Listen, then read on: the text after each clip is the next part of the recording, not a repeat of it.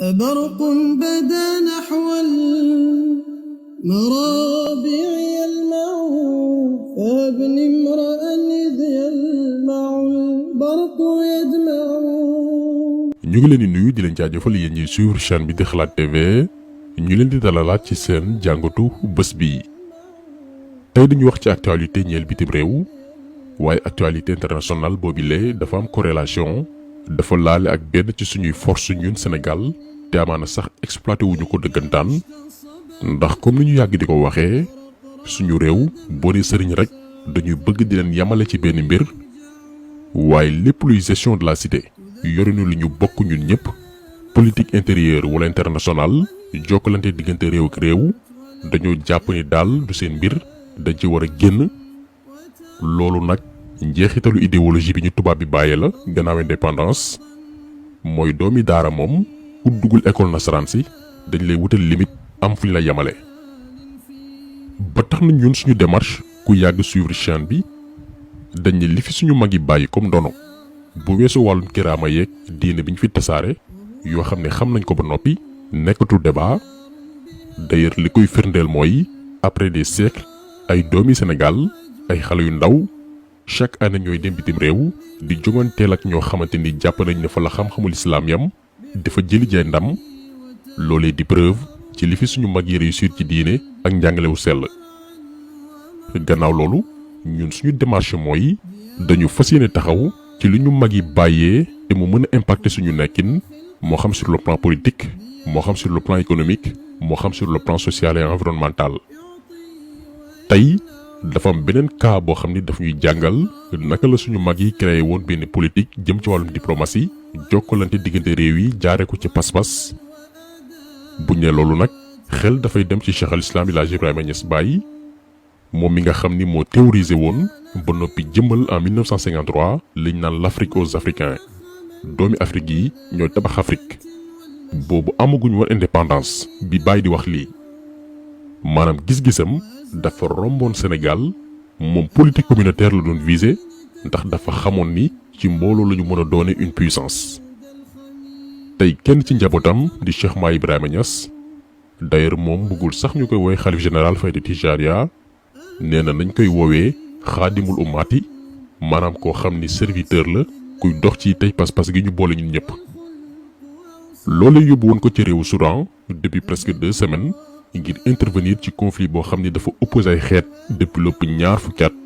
ay junni doomi aadama ñàkk ci seen bakkan. أعلن والي ولاية جنوب دارفور المكلف حامد التجاني هانون عن ترحيب أهل الولاية برئيس الاتحاد الإسلامي بإفريقيا ومرشد الطريقة التجانية الشيخ محمد الماحي إنياس بزيارته للولاية التي وصفها بالمهمة والتاريخية ضمن جولته التي شملت عددا من ولايات دارفور. خلال لقائه والي غرب دارفور الجنرال خميس عبد الله أبو بكر وأعضاء حكومته. وقال الخليفة محمد الماحي أنياس إن حكومة غرب دارفور والجهود الأهلية قادرة على تجاوز الأوضاع الإنسانية التي خلفتها الأحداث التي شهدتها الولاية مؤخرا. من ساعة الحي يهجع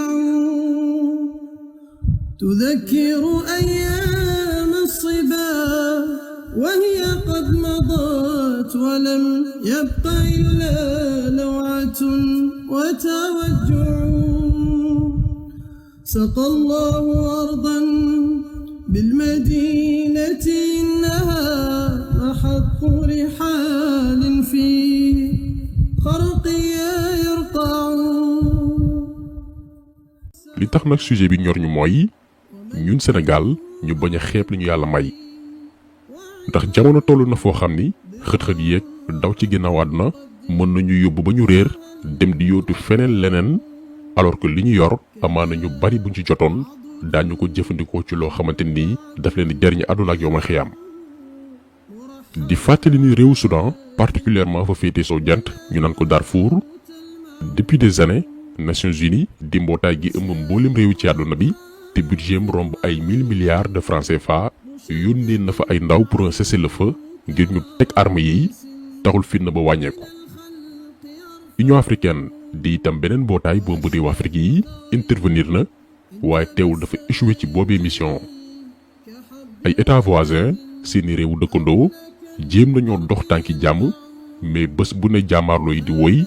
bay millions de personnes di daw di gàddaay seeni dëkk dem di waliyaan ci yeneen localité ngir mucc ci rayante yu ñu mel. donc ci contexte bii lañu wóoluwee Cheikh Mahi Ibrahima Niass lu tax nag ñu wóolu ko daan ci ñëw waaye dañuy revenir ci lu gàtt ci conflit soudanais bi benn contexte historique bu ndaw fàttali lépp fu mu bàyyeekoo ak jamono ji rôle bi ci Cheikh Mahi Ibrahima Niass nekk di jouer. bu ñu nee Darfour benn pàcc la ci réewu Soudan nekk à l'ouest du pays dajale ay xeet wuute bokk itam ci région yi ñu gën a fàtte ci politique de développement wu réew ma depuis les indépendances. mais bu ñu nee nag conflit Darfour gën naa yàggaatum 2003 bi ñuy jël souvent comme référence ni fa la lépp tàmbalee. li njëkk ci conflit bi mbiru suuf la d'abord te loolu ça date du 20e siècle diggante benn xeet ba may cosaanu arab ak beneen xeet day nit yu ñuul ku ne di jéem a préserver li nga jàpp ni yaa ko moom moo xam say tool say sàmm ak yu ni xeetoo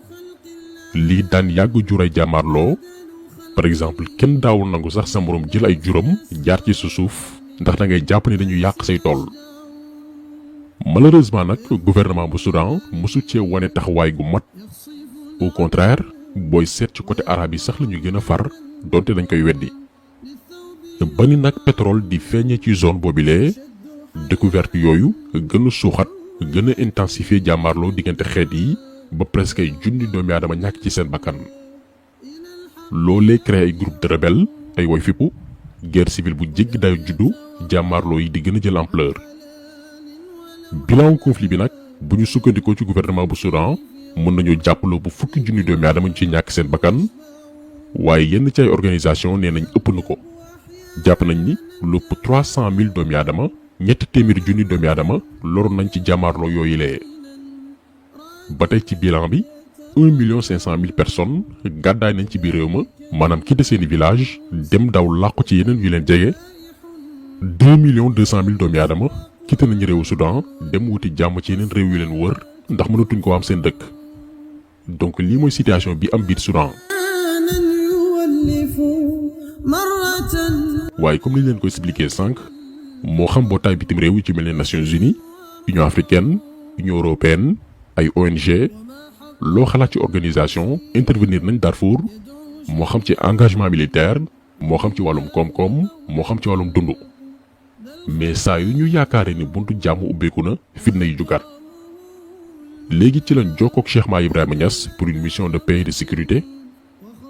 léegi lan moo tax choix Cheikh Mahi Niass loolu dafa jiitu suñu jamono yii ndax vers les années 1930 jàpp 1960 yi particulièrement nag atum 1937 bi nga xam ni boo jëlee réew Soudan Baye Niass cheikhal na fay kilifa diine gannaaw gi itam mu yebal fay muqaddam lépp ci tasaare njàngale l'islam waaye surtout fayda Tijaniya bi nga xam ni Seydina Ahmed Tidiane moo ko annoncé woon joxe woon ci nag ay tegtal ne fayda boobee bés buy bëtt di wala ngaan du bàyyi benn réew du bàyyi benn xeet du bàyyi benn askan. loolu nag yàlla moo dogal mu feeñee Sénégal jaare ko ci kenn ciy doomam muy El Hadj Ibrahima Niass Baye. donc Soudan di benn ci réew yi Baye Niass ëpp yi taalibe tollu nañ ci ay millions yu baree bari. Allahu akbar halaltum ahlan wa nabaltum sahlan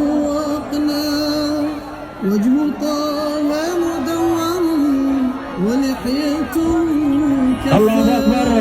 هذا الحضور هذا التكريم هذا الاحتفال هذا الاستقبال. donc bi gars yi demee ba étudier la situation ci lañ ni problème bi xëy na mën nañ ko bañ a régler koom-koom wàllum xaalis mën nañ ko itam bañ a régler ngànnaay ndax guerre boo mës a gis cay waxtaan la mujj waaye waxtaan boobee nag la mën a demee mooy nañu delloo si waat doomi aadama yi ci yàlla nañu utiliser la voie spirituelle. ci lañ sàkkuwee taxaw tukkee ci Cheikh Mahi Niass en tant que xalif général de la fayda Tijaniya pour waxtaan mën a am diggante acteurs yi sekk cool yi waaye itam kaaraange mën a dellu si waat ci dëkk ba ba ñu gàddaayoon ñibbi si waat.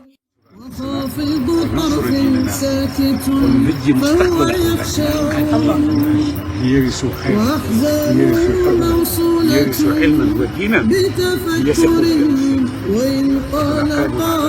الفصل والحق يرجع الساعة سعيا جديدا كما ويرضى قال أخونا لحظا صفحة الماضي طويت ولن نعود إليه. mission Cheikh Mahi Niass nag bi ci njëkk mooy wax ak différentes forces yi nga xam ne ñooy jaamaarloo jamono jii réunir leen à travers benn conférence bu mag a mag